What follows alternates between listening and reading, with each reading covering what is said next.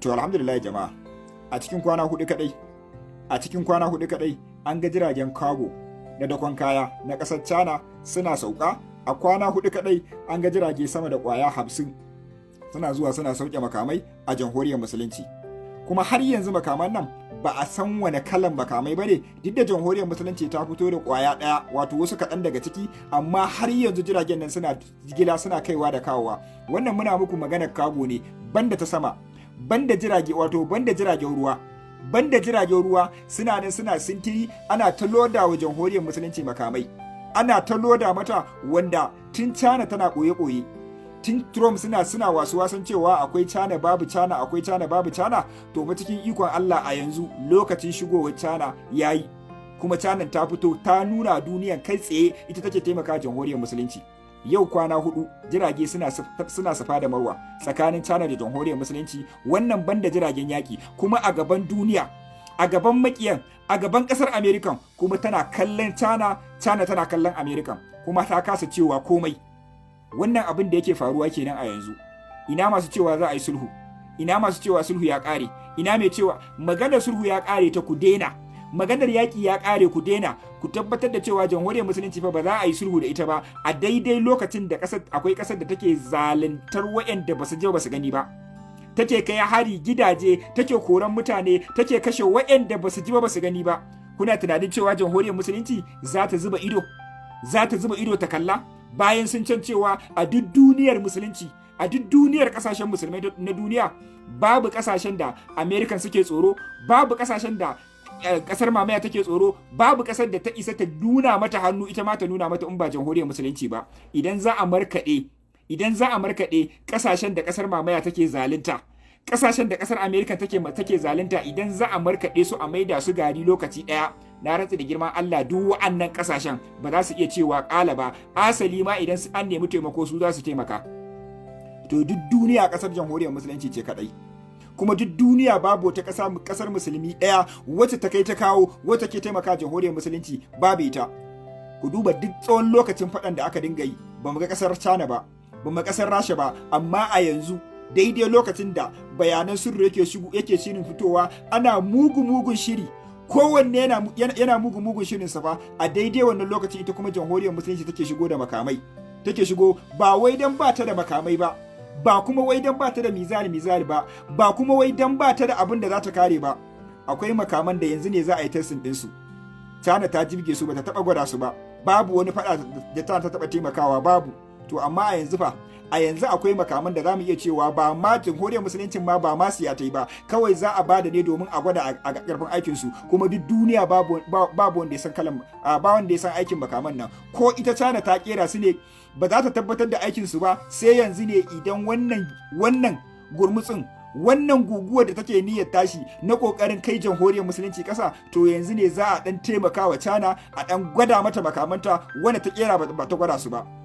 Kuma kasar America take kallo. Yanzu abin da yake faruwa kenan, kuma jamhuriyar musulunci tana ta canja abubuwan, wato abubuwan kariyanta da abubuwan sirrin samaniyanta, tana kuma inganta tauraron dan adam tinta, kullun sai ta jefa.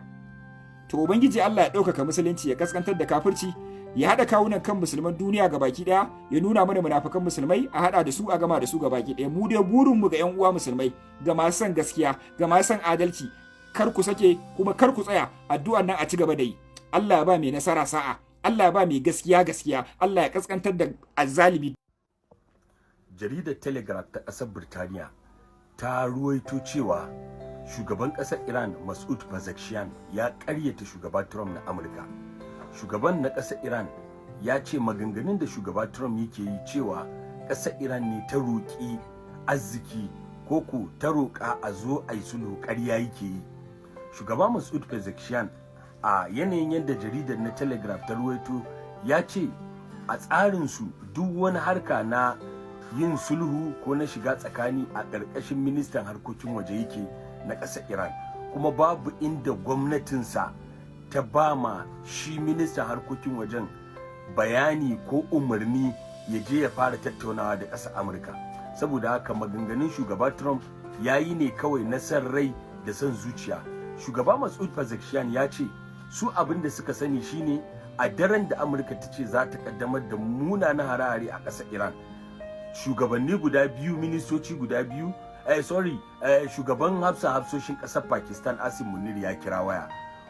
Sannan kuma ministan harkokin wajen Turkiya Hakan Fidan ya kira waya. Duka bayanan da Said Abbas Arakci, ministan harkokin wajen Iran, ya gaya musu guda ɗaya ne, shine muddin Amurka ta kaddamar da harin da ta ce za ta yi akan kadarorin Iran masu girma masu ƙarfi, to su ma kadarorin ƙasashen Isra'ila da sauran ƙasashen Larabawa da suka aje Amurka da take musu aiki, su ma nasu duk sai an babbake su. Abin da suka sani kenan. Ya ce tsoro ne da firgici da Amurka ta ji ta janye kai harin da ta yi, amma da ta yi da sun ga ƙarfin Iran. Shine gaskiyar magana. Wani shawara za ku ba mu Amurka da Iran? Ma haɗa a comment section. Kafin mu tamamu Yusuf Bamalli ba ta goyon bayan ta'addanci ko taimaka mishi, zaman lafiya muke so a koda yaushe. Na gode.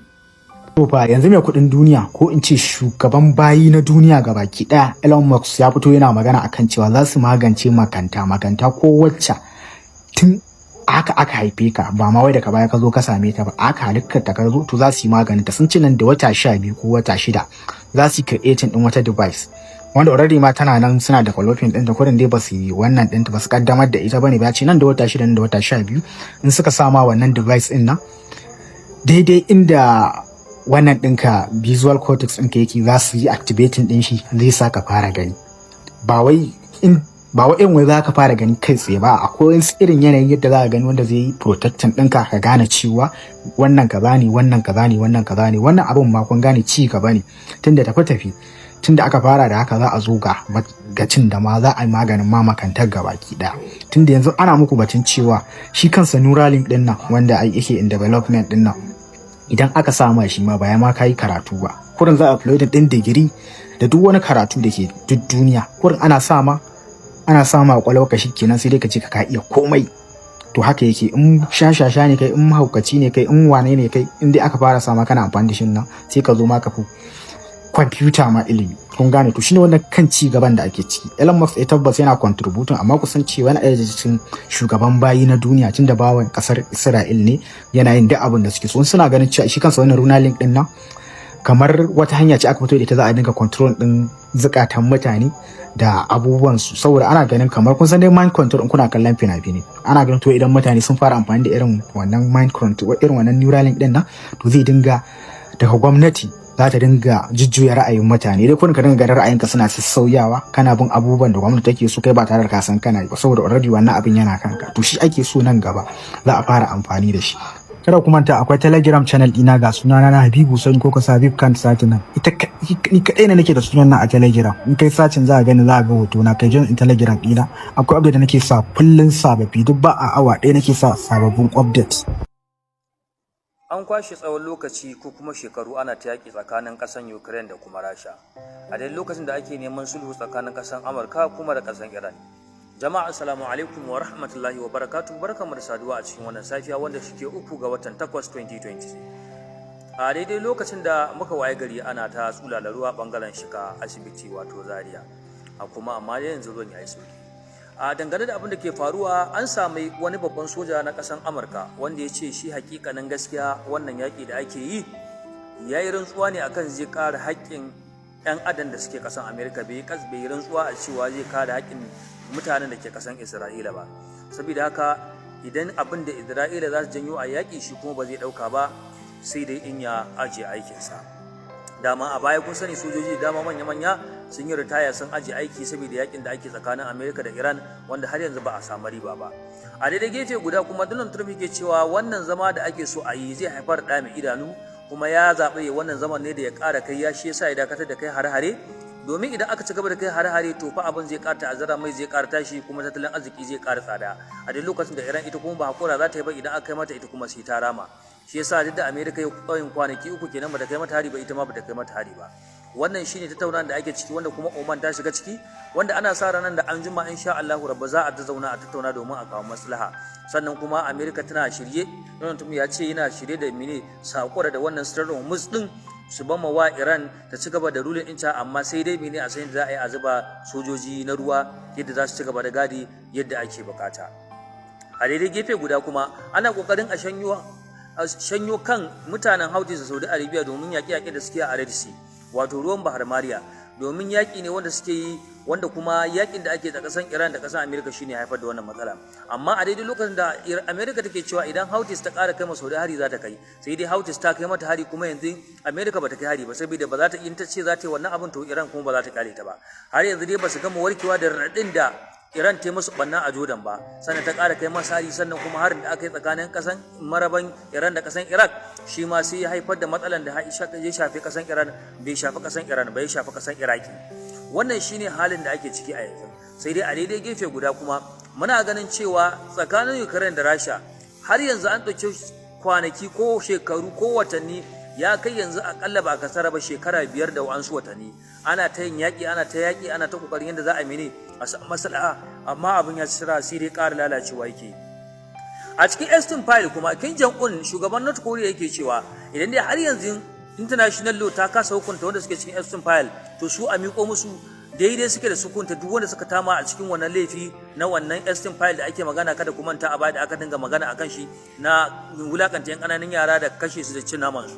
Wannan shine abin da ake tattauna a cikin a daidai lokacin da China take cewa ita babu makawa idan dai aka zo aka ce za a sai kayan yaki a gurin ta kuma sai ta sai da musamman kasan Iran, duk da cewa ta yi transfer kaya zuwa Pakistan, wa'ansu kuma suna cewa Iran za a kai ma ko ma dai wa za a kai ma, su sun san wanda za a kai ma kuma sun siya sun bada kuɗi, an bada kuɗi kuma sun bada kaya.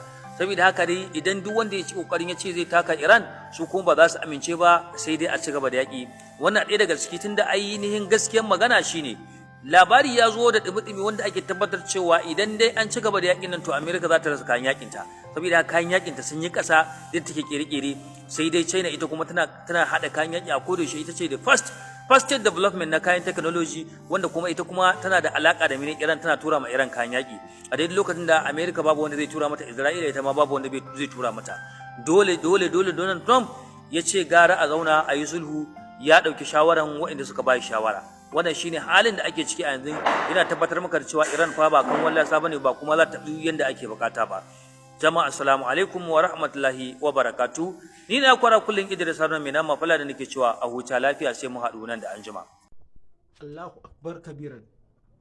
Wato wannan al'amari ba yadda yake tafiya, abubuwa suna kyau yadda ya kamata, saboda a yanzu ita kanta duniya ta yarda cewa Iran ba ita bace abin tausayi a cikin wannan yaƙi da ake fafatawa tsakaninta da ƙasar Amurka da kuma ƙasashen Gulf, wanda suka tabbatar da cewa ƙasashen Gulf su ne abin tausayi, irin su Saudiya, Bahrain, Kuwait da kuma Dubai da sauransu, su ne abin tausayi, saboda akwai wanda ya analysis cewa akwai ƙasashe masu yawan gaske wanda al'ummarsu za su yi musu bore su juyar da gwamnatin saboda janyo musu yaƙi ba kai da ba da san duk abin da yake faruwa ke nuni, wanda ita kasar Iran din yanzu an tabbatar da cewa Iran fa tana da ƙarfi da ya kai ga har kasar Amerika za ta iya janye kai mata hari, kuma sannan ita ta ki dina kai harin, sakamakon da ta tsaya ne a matsayinta na yadda in an kai mata za ta kai, in an dakata za ta dakata, to yanzu an dakata ma ta ki dakatawa, saboda hakan ne ke nuni da ƙarin ƙarfi a maimakon a ga ta ƙara yin ƙasa sakamakon yaƙi da ta fafata na tsawon watanni 5. To amma gani ake yanzu fa kamar ƙarfin nata ma ƙara ƙaruwa yake, a samu daidai lokacin da ake ganin ita ƙasar Amerika wato tana samun ƙarancin makaman kariyar sararin samaniya da wasu abubuwa dai wanda ta yi zamu ƙaranci wanda ake ganin shine dalilin ta na janye yaƙi. Allahu akbar kabiran. To wannan shine abin da yake faruwa. Insha Allah za mu ci gaba da kawo muku al'amuran da ke tafiya akan wato lokaci. Insha Allah Allah ya ƙara ɗaukaka musulunci da musulmai da kuma ƙasƙantar da kafirci da kafirai da ma masu goyon bayan kafirai. Tun da kaga shugaban bayi na duniya ko ce shugaban masu kuɗi na duniya, amma shine shugaban bayi na duniya gabaki, kaga ya zo ya kawo respect wa Netanyahu, kai ka san cewa mutanen irin power da suke da ita a duniya a ban tsoro ce. Babu wanda sai zo ya taka sai ce zai zauna lafiya, babu kwata-kwata a duniya. A ce triloniya guda ya zama bawanka guda. Shi yasa da ake tunanin mace Elon Musk kasancewarsa shine wanda aka sani mai kuɗin duniya, dole akwai waɗanda suke a ɓoye wanda ba a san adadin arzikinsa ba, wanda duk wayansu hukumomi ko wani organization da suke tantance masu kuɗi a duniya ba san da wayannan mutanen ba. akwai su irin wani suna organization ne, kungiya ce guda wacce take juya tattalin arzikin duniya boye ba a sani ba. Akwai su irin wayannan. Elon Musk ba cikin ɗaya ma daga cikin, bai kamata ma zuwa ɗaya daga cikin masu kuɗi duniya, saboda su irin dukiyar su a boye take, su suke juya duniyar nan sai abin da suke kai. Ka san ko a ina kake a faɗin duniya, mai juya economy na duniya shine yake juya duniya. Duk wanda yake juya arzikin duniya to shi yake juya duniya. To dole waɗanda suke juya tattalin arzikin duniya su ne suke juya duniyar nan, kuma tsarin ta ake bi ko kaki ko kasu. In ba haka ba ka tambayi kanka me zai kai ga Elon Musk wanda triloniya ne fa, shine first triloniya ba da aka taba yi a duniya ba, ya je ya kai wa Netanyahu ziyara har ya zo ya dinga shiga da shi kuraren inda ake producing Tesla da abubuwa kala-kala na kamfanin shi. To me zai kare da shi? Kai tambayi kanka me zai kare da shi a nan gurin. Kai ka san an tilasta mashi ne ya zo yi, in ba haka wani abin zai faru da shi. Shi yasa a duniya babu wani dan Amurka ko wani daga sassan Turai da ya tashi ya ce wai zai kara da kasar Yahuda ya zauna lafiya. Babu tun daga shi nan mun gani wai a ce triloniya guda ya zo ya kare respect wa Netanyahu. Me zai amfani shi?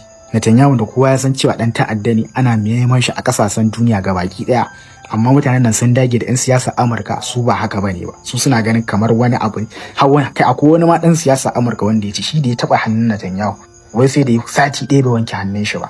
Ya ce da ya je ma da ya gaisa da Netanyahu sai da ya je shashafa kan 'ya'yansa saboda ya samu tabarraki na Netanyahu. Kai ma ka san haukan ya kai hauka. Allah ya shirya mutanen nan. Kada ku manta akwai Telegram channel ina ga sunana na Habibu Sani ko ka Habib kan sacin nan. Ni kadai ne nake da sunan nan a Telegram. In kai sacin za ka gani za ka ga hoto na, kai jin Telegram ina.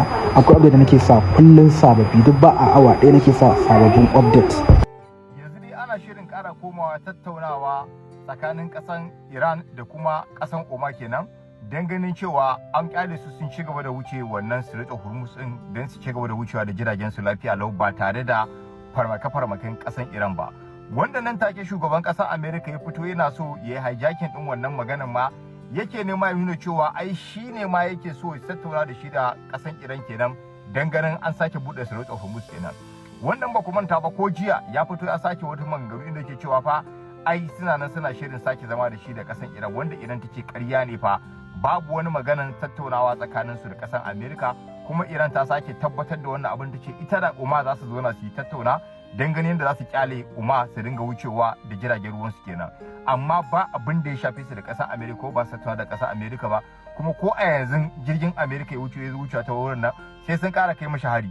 Kuma suka tabbatar da cewa yau din nan ma fa sun ƙara bige wani jirgin MQ-9 kenan na ƙasar Amerika, wani jirgin mara matuki wanda Amerika ta ƙara turo sa domin ya zo leƙen asiri a Strait of Hormuz din nan, wanda dakarun kasan Iran RRGC suka kare kakkaɓo wannan jirgin mara matuki na kasan Amerika kenan, wanda dai a yanzu haka kasar Amerika ta rike wuta, so take ta tabbatar da me ke faruwa a yankin wannan Strait of Hormuz din. Tana so ta tabbatar da me yake faruwa ne a wannan wuri saboda ta san wani mataki ta dauka, especially yanda ta ga ana yunkurin tattauna tsakanin kasan Oman da kasan Iran.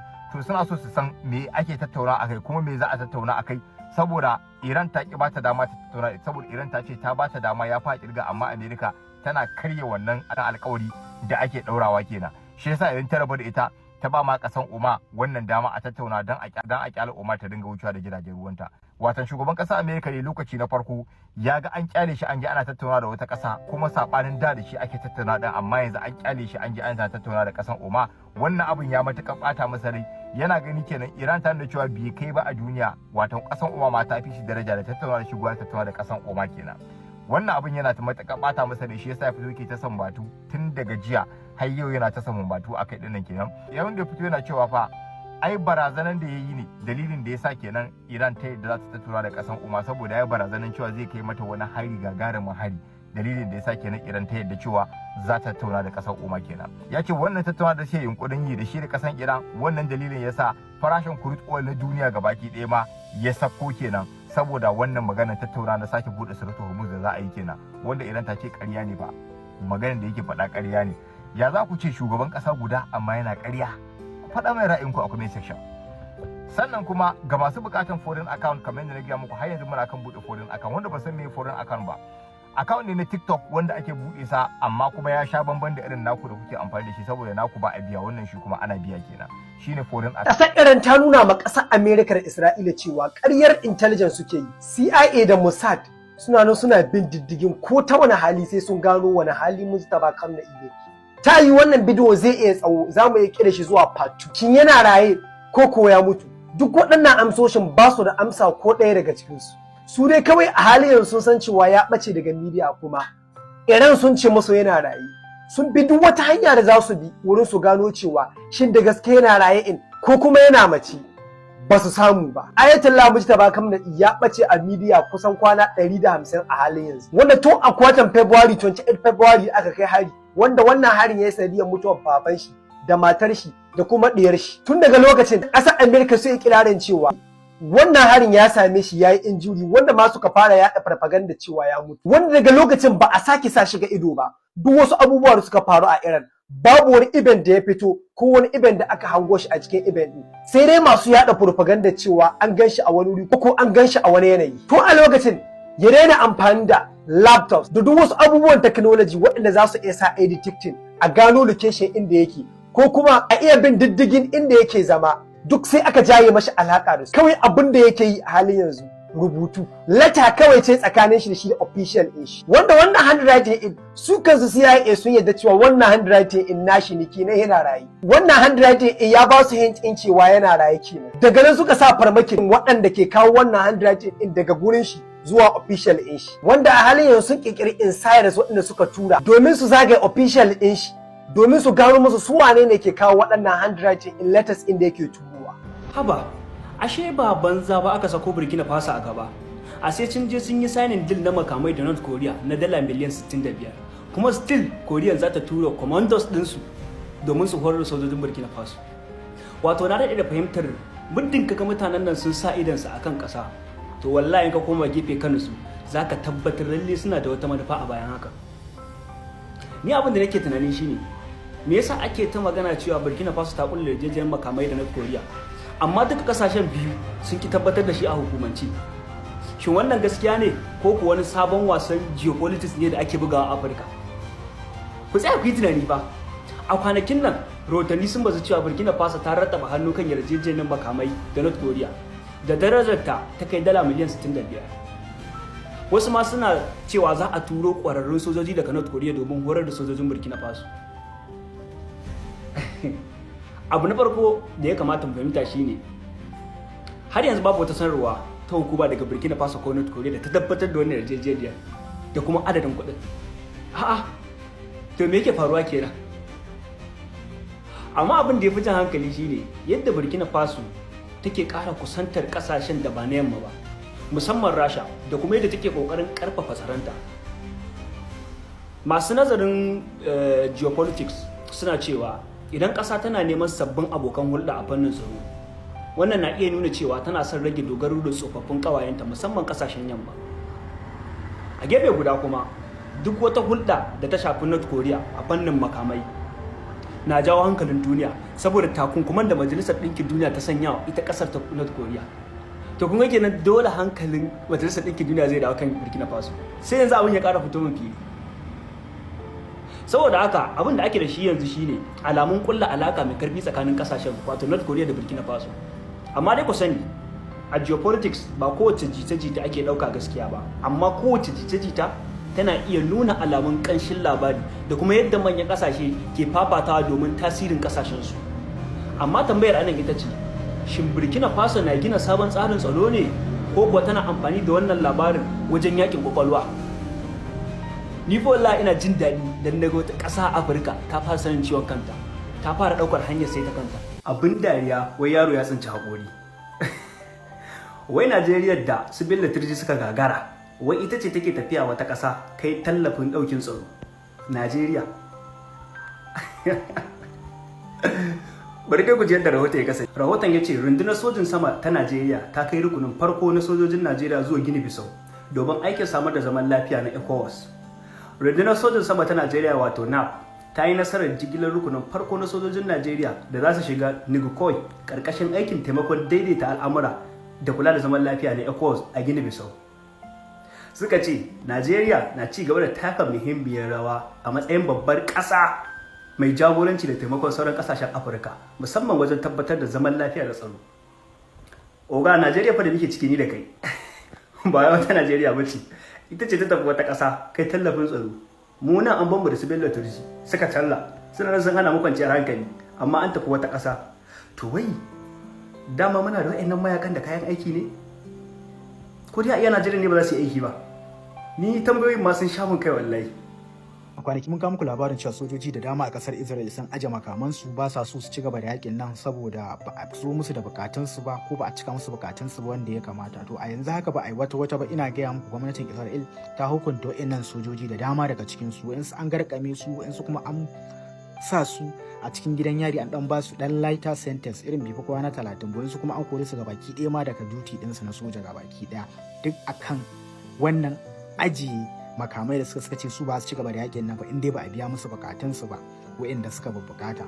Tun da nake bibiyar labarin gabas ta tsakiya a rayuwata ban taba jin an ce an hukunta sojan IDF ba sojojin kasar yan mamaya ban taba jin an hukunta sojojin nan ba sai a wannan karo. Kai ma ka san irin laifin da suka aikata babban laifi ne a cewa an kai ka wajen filin yaki ka ce kai ba za ka yi yaki ba saboda ba a biya ma wasu bukatun naka ba wanda ta kai ga akwai abubuwan da suka aikata munana a baya wanda already an kama su, kyamara ta kama su, karshe sai zanga-zanga masu fito suna suka ce ai suna da inda za su ci gaba da irin wannan lokacin da aka ajiye musu wani dan Palestine ne maza ne fa amma sojojin nan maza wai suka hau kan suka keta haddin wayannan yaran nan live CCTV ta kama su amma karshe da aka yi abin kotu su kan sojojin fitowa suka suna zanga-zanga cewa in dai ba za a ba su right din su dinga yin fyaɗe ba to za su aje aikin su. Karshe sai aka aje wannan case din nan aka ci gaba da basu right din. Yanzu in a matsayin kan dan Palestine ne in dai ka shiga hannunsu suna da yancin da za su yi ma duk abin da suka ga dama. Matan su yan Palestine ba wa'anda ba su ga fyaɗe sun kama su, mazan ma haka su fa gabaki ɗayan su fa nature su fa wa'annan fa ko kai. Kada ku manta akwai Telegram channel ɗina ga sunana na Habibu Sani ko ka sa Habib kan satin ita ni kadai ne nake da sunan nan a Telegram. In kai sacin za ka gani za ka ga hoto na kai join Telegram ɗina akwai update da nake sa kullun sababbi duk ba a awa ɗaya nake sa sababbin updates. Ba za ku gane nasarar da ƙasashen Yahudu da ƙasar Amurka suka yi akan ƙasashen Larabawa ba sai a cikin wannan labari da zan hakaito muku game da abubuwan da yake faruwa a Gaza. Kalmar send me da take ta yawo a kafafen sada zumunta daga janarorin ƙasar Amurka, sojojinsu da hukumomin yaƙi na ƙasar tana da wata ɓoyayyiyar ma'ana da take da alaƙa da ground invasion a cikin ƙasar Iran. A ƙasar Amurka ta ce yau Monday za a fara tattaunawa da ranar tsaka tsakaninsu da ƙasar Iran domin kawo ƙarshen wannan yaƙi bayan dakatar da batun gagarumin farmakin da Amurka ta ce za ta kai wanda tun bayan yaƙin duniya na biyu ba a taɓa kai farmaki mai girma kamar sa ba. Ismail Bagayi daga ƙasar Iran ya ƙaryata maganar cewa akwai wani zama tsakaninsu da mahukuntan ƙasar Amurka akan wannan yarjejeniya. Waɗannan su ne abubuwan da za mu tattauna da ku a cikin wannan bidiyo a takaice insha Allah. Abubuwa da kun ga da suke ta tafiya suna kwan gaba kwan baya kuma muna ta bibiya keke da keke domin mu ci gaba da warware zare da abawa al'umma suna fahimta. Ƙasar Amurka ta riga ta yi nasara akan ƙasashen musulmi, ƙasashen Larabawa da dukkan wasu ƙasashe a gabas ta tsakiya. Yanzu waɗannan ƙasashe sun daina yin wani abu don kare addininsu sai don kare kawai siyasarsu ta kai da kai ba ma siyasar al'ummar ƙasarsu ba. Dalilin da yasa na ce haka idan aka tashi maganar nuna kishi akan abin da yake faruwa da ƙasashen Falastinawa, mutane na farko a da akan gaba gurin nuna damuwa da baƙin ciki da nuna cewa a shirye suke su ba da kowace irin gudunmawa domin a tsamo rayuwar Falastinawa su ne al'ummar musulmai, amma a yanzu ba haka bane.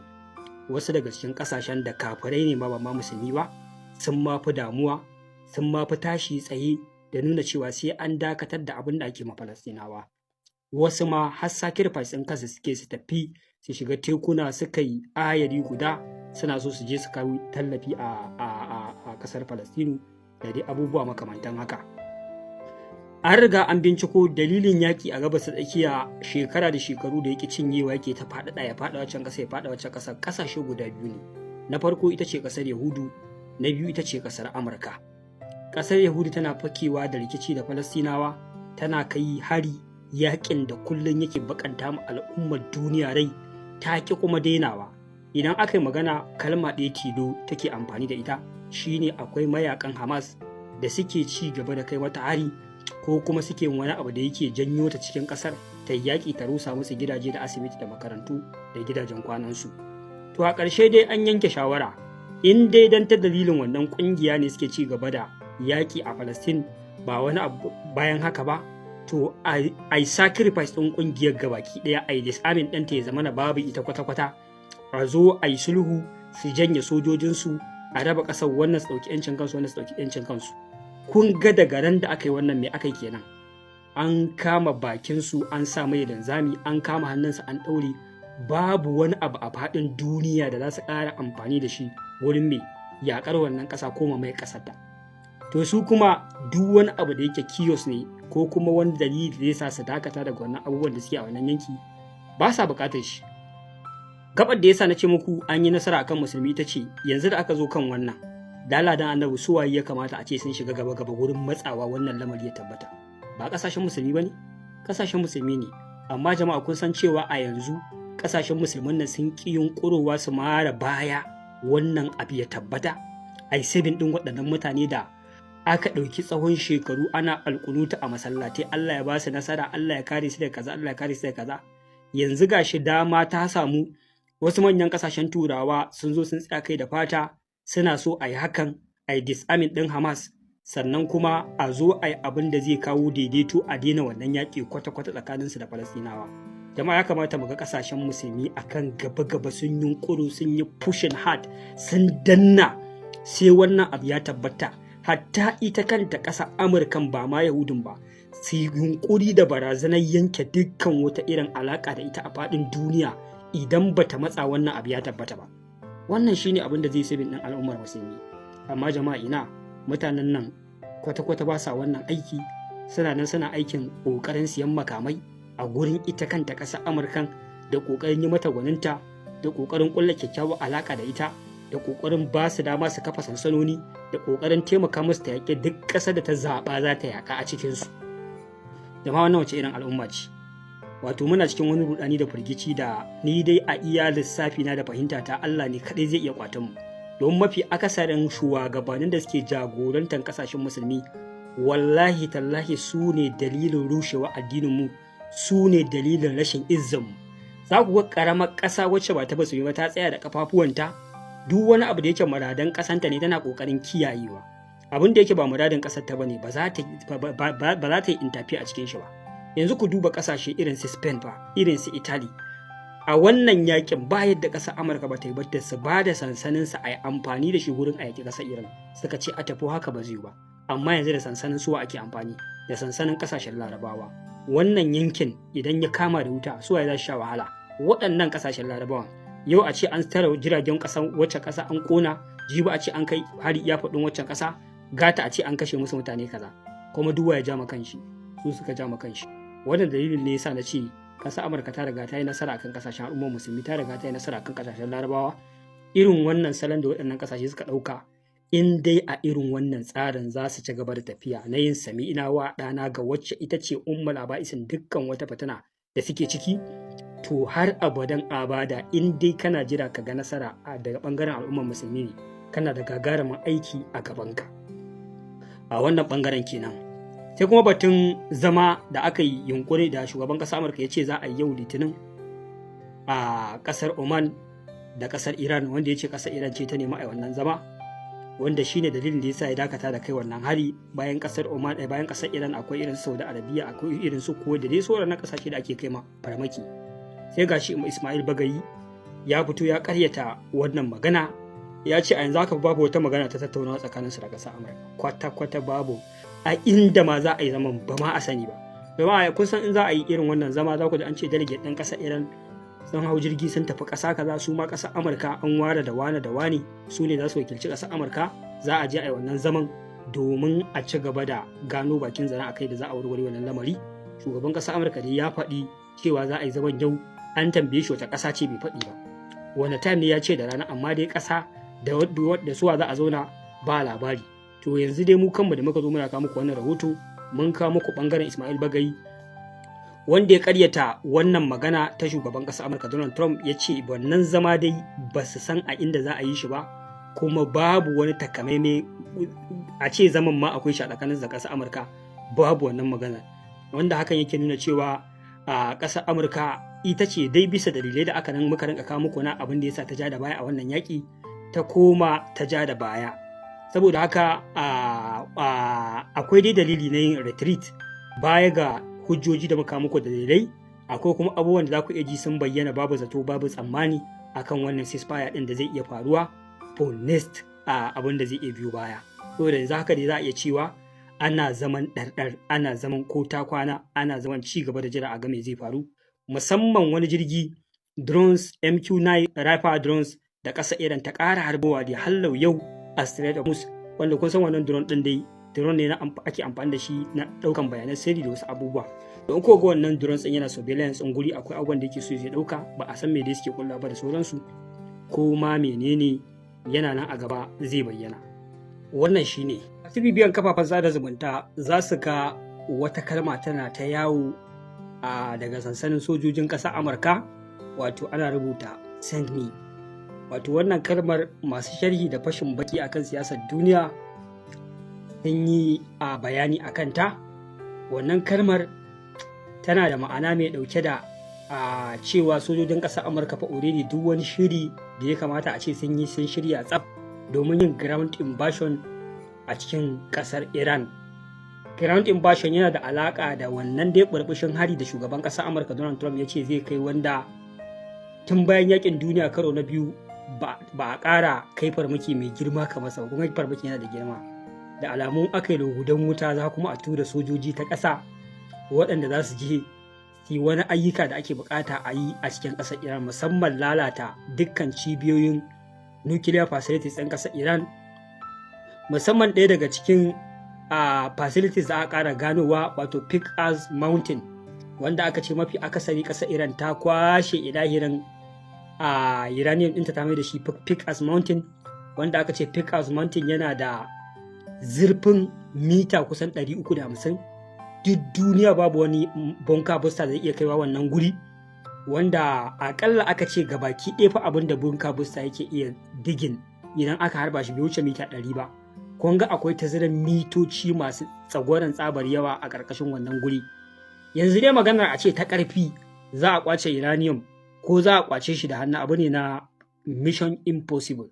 Saboda haka dole sai dai idan kana so kai haka ka zo ka ci ƙasar Iran da yaƙi, sannan kuma ka shiga cikin wannan underground nuclear facility ka ɗiba wannan uranium ɗin. Kun ga wannan lamari ba abu ne mai yiwuwa ba. Ƙasar Amurka farkon wannan yaƙin ta ɗan taɓa jarabawa, ba ta ji da daɗi ba lokacin da ta fake da ƙaryar cewa wai an harbo pilot ɗinta ya faɗa cikin ƙasar Iran. Za shi shiga su je su ceto wannan pilot ɗin, suka tashi jiragen yaƙi kala daban-daban suka afka cikin ƙasar Iran, suka nufi ɗaya daga cikin nuclear facility ɗin ƙasar Iran, wanda a wannan lokaci rahoto ya nuna inda ake magana pilot ɗin ya ɓace daban, inda ake magana sun tafi cewa sun je ɗauko pilot daban, wanda a nan lokaci da kowa ga sun yi asarar jiragen yaƙi C-130 ne, su Black Hawk ne, F-35 ne, jiragen yaƙi ne masu mugun tsada a wannan lokaci. Ƙasar Amurka aka bambame su suka ƙone ƙormas da ƙyar suka sha da rayuwarsu. Amma daga baya ƙasar Amurka ta shirya labari na ƙarya, ta ce a wannan lokaci wai waɗannan jirage wai matsala suka samu ta tashi, da ba su tashi ba shine nan suka sa aka kawo musu reinforcement na wasu jiragen, bayan sun kwashe dakarun suka bambame waɗannan jirage da kansu. Zala na ba ku ta ƙarya ba, wanda a nan lokaci fa jaraba shigowa suka shiga ko za su iya mission na shiga a ɗauki nuclear facilities uranium a cikin wannan ƙasa, abu da ya gagara. To yanzu da ake rubuta kalmar send me I am ready ɗin na sojojin ƙasar Amurka, wato irin a wannan farmaki da ake cewa za a shirya shine ake tunanin ai yanzu an ba wa sojojin ƙasar Amurka wani horo na musamman da za a yi amfani da su wurin shiga cikin ƙasar Iran, a je Pickett's Mountain, a je a ɗebo uranium. Da ke wannan shi ake kira ƙuna baƙin wake kenan. Ai ina tabbatar muku da wannan dai a hari na shugaban ƙasar Amurka ya tabbata, da duniya ta shaida abin mamaki da al'ajabin da ba taɓa gani ba akan sojojin ƙasar Amurka. Dan dama tuntuni sojojin ƙasar Iran suke cewa duk ran da aka kuskura aka turo wani mutum da matsayin soja zai grand invasion da a cikin ƙasar Iran, sai sun tura shi jahannama, daga nan ba zai koma ba sai ya zarce jahannama. Ya ce to lalle mutanen nan ko da tabbas za su ga abubuwan da ba daidai ba. yanzu haka da suke ta rubuta waɗannan kalmomin a shafukan su irin Twitter da sauran gurare da Truth Social ana posting haka ga su nan wai su irin da ready na ce to why not if they are ready ko ku tura su mana a jaraba a ga yaya lamarin zai kasance. Kun ga ta irin waɗannan hanyoyin ne ma za su samu su kakkama wasu a cikin su kenan. Dan a kwanaki lokacin da ran ƙasar Iran ya ɓaci a lokacin da suke ta kai wannan retaliation ɗin a sansanin sojojin ƙasar Amurka a wannan hari na kwanaki 13 nan da suka kai, akwai wani janar ɗin ƙasar Iran da ya bada shawara ya ce fa suna ganin anya ma ba za su mamaye wani sansanin sojin ƙasar Amurka ba a gabas ta tsakiya, su faɗa kawai su kamo sojojin ciki gaba ɗaya su kawo cikin ƙasar Iran.